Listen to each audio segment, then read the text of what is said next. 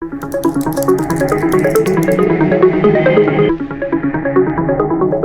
Hər vaxtınız xeyir olsun əziz izləyicilər. Bu gün də studiyamızın qonağı var. Studiyamızın qonağı isə Oxu Tədris Mərkəzinin təsisçi direktoru Əsəd Rüstəmlidir. Əsəd bəy, xoş gəlmisiniz studiyamıza. Xoş gördük. Mən də izləyicilərimi salamlayıram. Dəvətə görə Paraqraf TV-yə təşəkkürümü bildirirəm. Təşəkkür edirik. Əsəd bəy, ilk sualımızı belə yönləndirərdik. Oxu Tədris Mərkəzinin fəaliyyətə başladığı ilk dövrlərdə qarşısına qoyduğu məqsədlər hansı olub?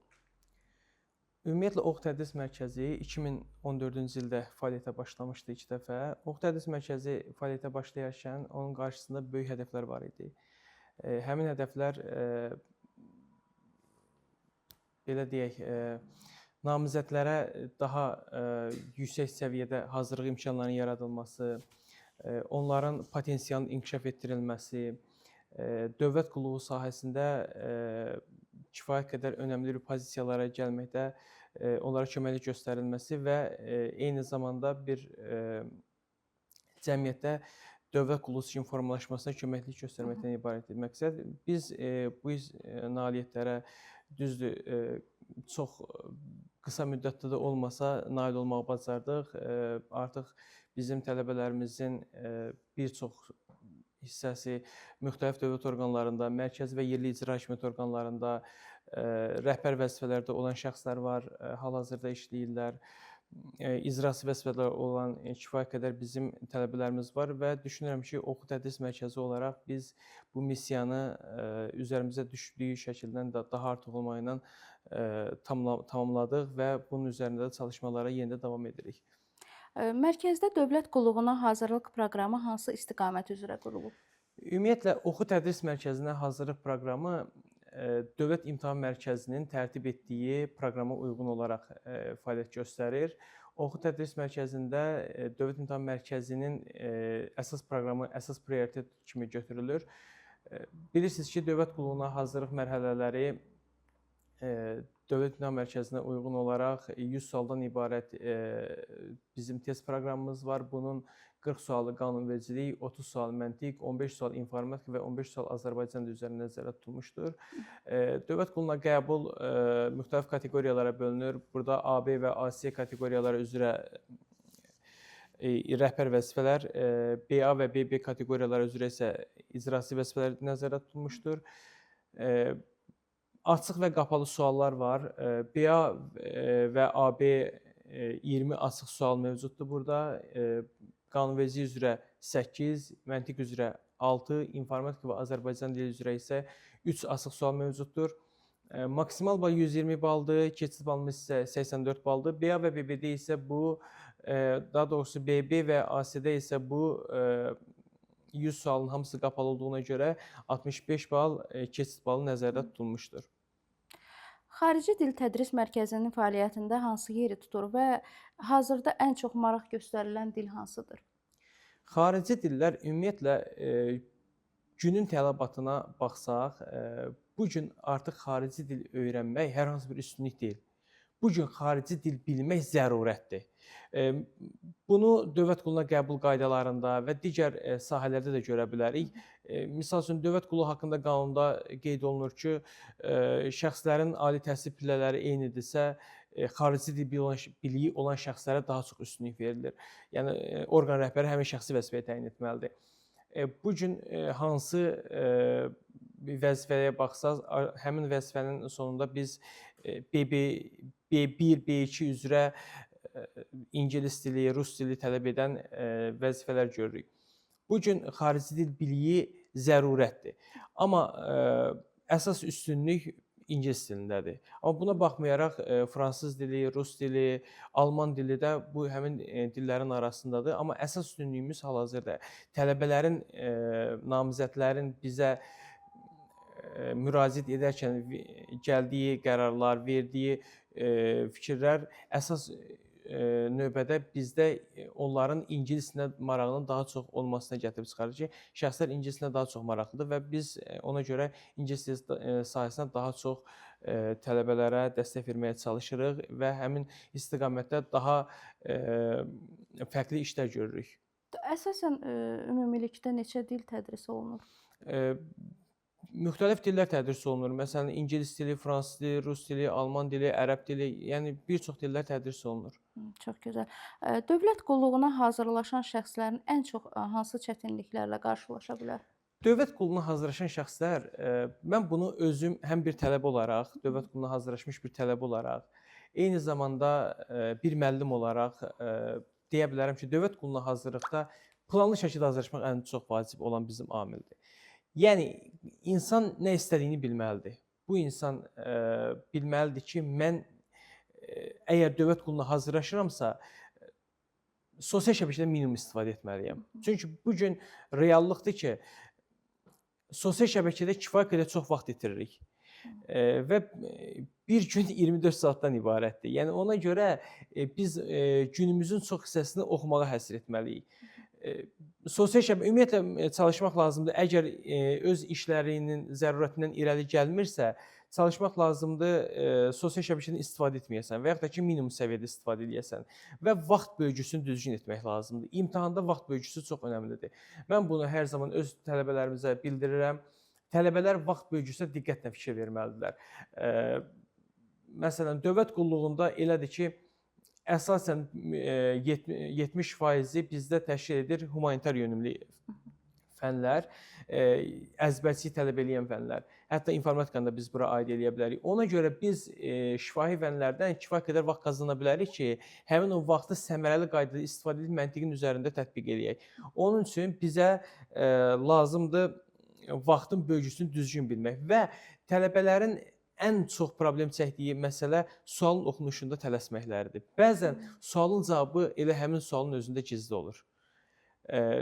Sualın sonlarına diqqətlə fikir vermək lazımdır. Görürsünüz, tələbə oxuyur, sonlara baxırsan, sonlarda etmək əvəzinə etməmək olur, edilməli əvəzinə edilməməli olur. Yəni sonlara diqqətli fikir vermək lazımdır. Bir də sualı diqqətli oxumaq lazımdır. Bəzən sualın cavabı elə həmin sualın özündə gizli olur. Bunu da açıqlamış olduq. Bir sir, belə deyək, sirrini açıqlamış olduq. Tədris prosesində klassik və müasir metodların balansını necə qoruyursunuz? Bu çox çətin olan bir sahədir. Biz ümumiyyətlə klassik metodları qorumaqla ora yeni texnologiyalar cəlb edirik. Klassik metodlar dediyimiz nələrdir? Biz əvvəlki kimi təbii olaraq əzbərçiliyə, test yönümlü sahələrə çox ciddi yanaşırıq. Bu sahəni qoruyub saxlayırıq. Amma buna baxmayaraq biz artıq bununla paralel müxtəlif yeni layihələr, yeni sınaqlar, yeni tərkibli suallar hazırlamaqla biz bununla tələbələrə dəstək olmağa çalışırıq. Bəs dövlət qulluğuna imtahanlardan yüksək nəticə göstərən şagirdlərin, tələbələrin daha doğrusu uğurunun sirrini nədə görürsünüz? Ümumiyyətlə yəqin ki, bayaq qeyd etdiniz, o da bir səbəb ola bilər. Bəli, ümumiyyətlə mən sizə bir söz deyim. Dövlət qulluğuna yüksək nəticə əldə etmək bu şans məsələsi deyil. Dövlət qulluğuna yüksək nəticə əldə etmək şans məsələsi deyil. Bu əzm məsələsidir, bu çalışmaq məsələsidir. Bu həmin uğurun arxasında ciddi zəhmətin olması deməkdir. Həmin namizədlər məsələlərə çox ciddi çalışırlar, çox ciddi yanaşırlar, qeyri-ciddi baxmırlar. Sosial şəbəkədən həmin şəxslərin istifadəsi demək olar ki, ya yoxdur, ya minimum səviyyədədir. Mən hətta dəfələrlə görmüşəm ki, tələbələr telefondan da istifadə etmirlər. Bəzən olub ki, üzrü səhvlərdən deyək ki, dərs ləğv olunubsa, biz elə olub ki, həmin tələbələrlə əlaqə saxlaya bilməmişik. Ona görə biz o tələbələrə əlavə dərslər keçmişik. Çünki adam telefonu işlətmir.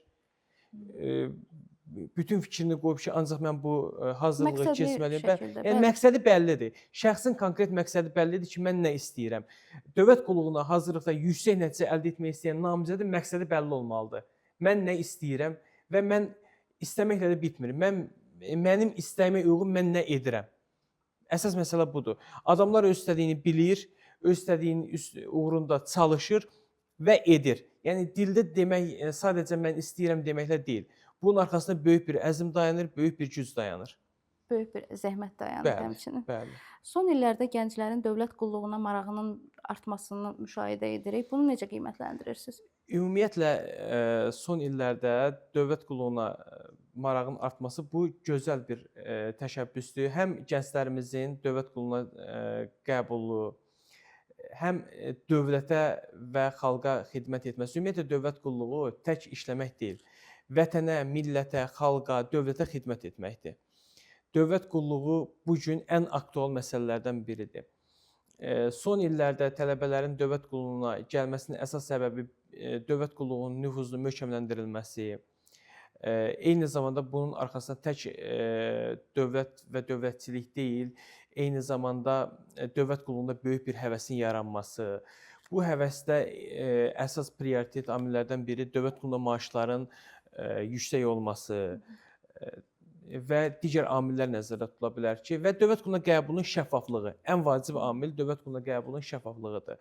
Bilirsiniz ki, dövlət qulluğuna qəbul 2 hissədən ibarətdir. Test və müsahibə hissələri və test və müsahibə hissəsini uğurla keçmiş namizədlər dövlət qulluğuna qəbul edilə bilirlər. Ona görə bu gənclərimizin dövlət qulluğuna girməyə, həvəsləndirməyə sövq edir. Bəs müəllim heyətinin formalaşmasının zamanı hansı peşə və şəxsi keyfiyyətlərə önəm verirsiniz? Biz müəllim heyətini formalaşdırarkən müəllimlərimizdə əsas üstünlüyü müəllimlərin tək savadı ilə deyil, eyni zamanda həmin savadı, həmin biliyi, həmin təcrübəni öz tələbələrinə ötürməsini əsas amil kimi qiymətləndiririk. Biz müəllimləri işə götürərkən müəllimlərə bir sual veririk və bu sual üzərində hər zaman onu müşahidə edirik. Siz öz biliyinizi qarşınızdakı tələbəyə ötürə biləcəksinizmi? Bilirsiniz, bu gün çox savadlı müəllimlər ola bilir. İnsanların savadına sözüm yoxdur. Həqiqətən çox savadlıdır. Ancaq tələbələr çox zəif nəticələr göstərir. Niyə? Çünki müəllimlər bəzi müəllimlər öz biliklərini kifayət qədər tələbələrə ötürə bilmirlər. Onlarla ciddi məşğul ola bilmirlər. Bir də müəllimlərin ən əsas məsələsi dərsdən də sonra tələbələrlə məşğul olmağı bacarmalıdırlar. Yəni 1 saat yarımlıq dərs müddətində tələbə ilə nəticə əldə etmək çox çətin məsələdir. Ona görə həmin müəllimlər tələbələrlə nəticəni əldə etmək üçün mütləq şəkildə dərsdən sonra da mütəmadi məşğul olmalıdırlar. Yəni demirəm ki, daimi məşğul olmalıdır, amma ən azından onların suallarına dərhal cavab verilməlidir. Yəni bir tələbə öz sualının cavabını başqa bir müəllimdə axtarmamalıdır. Həmin müəllimdə axtarmalıdır. Və müəllim öz biliyini tələbəyə ötürməyə bacarmalıdır. Biz bu meyarlara çox üstünlük veririk ki, müəllimimiz həm savadlı olmalıdır, həm tələbə ilə daimi vaxt keçirməlidir, mütəmadi onun suallarını cavablandırmalıdır, eyni zamanda öz biliyini kifayət qədər yüksək bir formada tələbəyə ötürməyi bacarmalıdır. Sınaq imtahanlarında tələbələrin psixoloji və akademik hazırlığı necə formalaşır? Sınaq imtahanları bu gün çox vacib elementdir. Bu gün sınaq imtahanlarında tələbələr özlərini artıq imtahan mühitində formalaşdırırlar. Biz sınaq imtahanlarını Dövlət İmtahan Mərkəzinin hal-hazırda keçirdiyi imtahanlara uyğun olaraq formalaşdırırıq. Və suallarımız da təxminən eyni suallardan ibarətdir. Namizədlər özlərini sanki həmin imtahandaymış kimi hiss edirlər. Biz onlardan telefonlarını alırıq, biz onları real imtahan mühitində formalaşdırırıq. Artıq şəxslərin həyəcanı da, həmin o imtahan həyəcanı da nisbətən azalmış olur. Ona görə sınaq imtahanları tələbələrin həyatında vacib rol oynayır və biz bu sınaq imtahanlarını real təcrübələrə əsaslandıraraq daha real imtahan təcrübəsi yaratmaqla tələbələrin imtahanda yüksək nəticə əldə etməsini garantiləmiş oluruq ki, həmin garanti də ondan ibarətdir ki, artıq belə deyək, real imtahanda həyəcan keçirtmirlər tələbələr. Bir neçə dəfə təkrar olandan sonra artıq alışqanlıq yaranır. Bəli, artıq immunitet yaradır. Bəli. Onlayn tədris imkanları genişlənməsi tələbələrin hazırlıq prosesində hansı yenilikləri gətirib? Ümumiyyətlə mən bildirmək istəyirəm ki, biz onlayn tədrisi artıq keçməyə başlayanda, hətta pandemiya vaxtı deyildi. Mən deyərdim ki, bəlkə də dövlət qulluğunda ilklərdən kurs olaraq onlayn tədrisə ilk olaraq biz başlamışıq. Yəni bunu deyirəm sizə, 2017-ci, 18-ci illərdə biz artıq onlayn tədris formasında həyata keçirirdik təlimlərimizi, dərslərimizi. Hətta mən sizə deyim, həmin dövrlərdə Zoom proqramı, Teams proqramı və yaxud da ki, Google Meet proqramı məşhur deyildi və biz onu WhatsApp platforması üzərindən keçirdirdik onlayn tədrislərimizi və həmin dövrdə hətta mən bildirim ki, WhatsApp funksiyası ilə biz 2 nəfərdən artığına görüntülü zəng vurmaq imkanımız yox idi. Biz məcbur qalıb 2 nəfərə bölüb o formada onlayn tədrisimizi həyata keçirirdik. Bir neçə il tədris etdikdən sonra artıq bilirsiniz ki, pandemiya düşdü. Pandemiya dövründə onlayn hazırlıqlar, onlayn dərslər artıq belə sözün yaxşı mənasında dəbə mindi. Və artıq bundan sonra tələbələr, namizədlər onlayn tədrisin də keyfiyyətini gördü. Amma buna baxmayaraq həmin onlayn dərslərin keyfiyyətini biz pandemiyadan öncə bir neçə il öncə tələbələrə aşılamışdıq, bildirmişdik, öyrətmişdik. Və onlayn tədris mənə görə əyani tədrisdən daha yaxşı variantdır. Niyə? Çünki həm regionda olan namizədlər, eyni zamanda Bakıda olan namizədlər də çox rahat bir şəkildə qoşula bilirlər. Burada səbəb nədir? Onlayn tədris belədir, deyək ki, 2 saat dərs imkanımız oldu bizim. 2 saatı biz tamamlayanda artıq biz evdəyik. Vaxtımız itmədi. Bugünkü günün başın tıxaclarını nəzərə alsaq, ən azı bizim 3 saat, 4 saat yolda vaxtımız itir. Artıq tələbə bu 3 saat, 4 saatı oxumağa həsr edir. Artıq həm o yorulmur, çünki nəzərə alsaq ki, dərsə getmək, gəlmək tələbəni yorur və bu yorğunluq da dərsə təsir edir. Bir də var ki, tələbə evdə və artıq həm bunun 3 saat, 4 saat oxumağa vaxt çatır. Əlavə tədrislə məşğul olur. Həm də güclü olur. Bəli, psixoloji güclü olur. Ona görə onlayn tədrisin keyfiyyəti yüksəkdir və biz təbii ki, bunda yenidən yenilənmiş formada edirik. Bir neçə il bundan öncə ilə indiki dərslərin keyfiyyəti arasında təbii olaraq fərqlər var. Çünki bilirsiniz, texnologiya inkişaf eləyir və biz də həmin müasir tələblərə uyğun olaraq öz belə deyək, kursumuzu real inkişaf etdirməyə çalışırıq. Aydındır. Dövlət qulluğuna qəbul olmaq istəyən gənclərə ən vacib tövsiyəniz nə olardı? Dövlət qulluğuna qəbul olmaq istəyən şəxslərə mən buradan demək istəyirəm ki, özünüzə inanın, özünüzə güvənin. Öz içinizdəki potensialı üzə çıxartmağa bacarın. İnanın ki, qarşı tərəflərdən, qıraq tərəfdən, bunu mən tam səmimi olaraq demək istəyirəm, qıraq tərəfdən deyilən sözlərə inanmayın. Öz gücünüzə inanın, öz əzminizə inanın, öz zəhmətinizi dəyərləndirin və bezməyin. Bilirsiniz, uğura gedən yol uzundur, amma müvəffəqiyyətlidir. Uğura gedən yol heç vaxt qısa olmayıb. Çox nadir hallarda ola bilər ki, həmin yol qısa olsun. Uzun yol getməkdən bezməyin və inanın ki, siz bunun axırına gedib çatdığınızda, o uğura çatdığınızda həqiqətən bu qədər çəkdiyiniz əziyyətin dəyərini hiss eləmiş olacaqsınız. Mənim sizə ən əsas vacib tövsiyəm odur ki, bezməyin. Mümkün qədər özünüzə inanın, özünüzə güvənin və tutduğunuz yolu axıra qədər davam edin. Gözəl. Oxu Tədris Mərkəzinin yaxın illər ərzində hansı layihələri həyata keçirməyi planlaşdırır? Oxu Tədris Mərkəzi ilə bağlı biz komanda olaraq çoxlu layihələr fikirləşmişik. Bu layihələrdən əsas gücü, indi mən burada detallar vermək istəmirəm. Əsas gücü regionda olan tələbələrimizin inkişafı ilə bağlı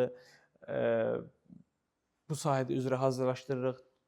Dövlət qulluğuna qəbulun daha asan forması ilə bağlı, necə qəbul olması ilə bağlı hazırlıq formasının necə keçirilməsi ilə bağlı keçirik və ən əsası dil biliklərinizin necə təkmilləşdirilməsini. Bugün bilirik ki, işləyən namizədlərə daha çox dil lazım olur və bunların oxumağa vaxtı az olur. Həmin formada biz onları necə inkişaf etdirəcəyik, necə biz onlara daha dərindən dili öyrədəcəyik və danışıq prosesində daha az oxumaqla daha çox necə danışmaq olar prosesini biz həmin şəxslərə öyrədəcəyik ki, bunlar hansı formada həyata keçirsinlər oxumaqlarını. Bu təbii ki, biz bu layihələr üzərində çalışırıq. Bunların bəziləri yaxın gələcəkdə, bəziləri isə uzaq gələcəkdə olacaq. Mən daha dərin detallar vermək istəmirəm, amma çox mükəmməl bir layihələrimiz var. Komanda olaraq çalışırıq onun üzərində. Düşünürəm ki, yaxşı real nəticəmiz olacaq. Süni intellektdən son zamanlar istifadə çoxalıb. Tələbələrin istifadəsini necə dəyərləndirirsiniz? Tələbələrin istifadəsi süni intellektlə bağlı dəyərləndirirəm. Yaxşı dəyərləndirdiyim hallar var, pis dəyərləndirdiyim hallar var. Niyə? Süni intellekt bu gün hal-hazırda internetdə olan materialları toplayıb verir və internetdə olan materialların bir çoxusu yenilənmiş materiallar deyil. Ona görə süni intellektdən misalların həllində yaxşı dəyərləndirirəm, amma qanunvericiliklə bağlı yaxşı qiymətləndirmirəm. Çünki qanunvericilik elədir ki, daim yenilənir, amma süni intellekt onun daim yenilənmiş versiyasını tapa bilmir. Amma riyazi məsələlər elədir ki, bunlar bəllidir də, yəni bunların qısa yolu var, onlar tapılır. Onlar dəyişdirilmir, amma qanunvericilik hissəsi dəyişdirilir. Yenilənmiş versiyalarla bağlı süni intellekt hələ o qədər təkmilləşməyib. Aydındır. Sonda tələbələrimizə nə demək istəyərdiniz? Buyurun. Sonda tələbələrimizə yenə onu bildirirəm ki, uğura gedən yolda heç vaxt geri addım atmayın. Uğur hər zaman sizinlədir. Oxu Tədris Mərkəzi olaraq biz daimə sizə dəstək göstərməyə hazırıq və yolunuzu gözləyirik.